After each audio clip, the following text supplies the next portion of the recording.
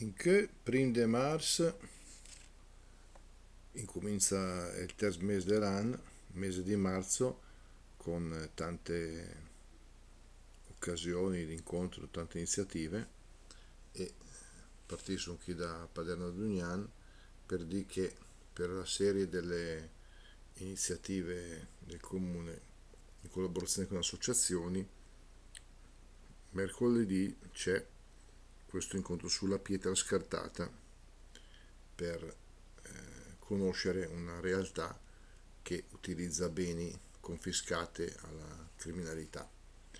E Auditorio Tilani, ore 20:45, siete tutti invitati. E poi se per questo mese che un po' di iniziative dopo che sarà che presentare in più sei qui particolari, però faccio notare che c'è questa serie di iniziative per ricordare i 150 anni della corsa ciclistica Milano-Torino, che nel 1876 venne vinta da Paolo Magretti, nostro concittadino.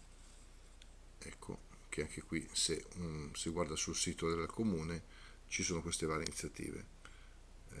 Le invidia tutti perché in proprio di troppo interessante secondo me. Sempre comunque anche la seconda settimana del Quaresima, e anche per la Quaresima ci sono varie possibilità di seguire questo periodo importante.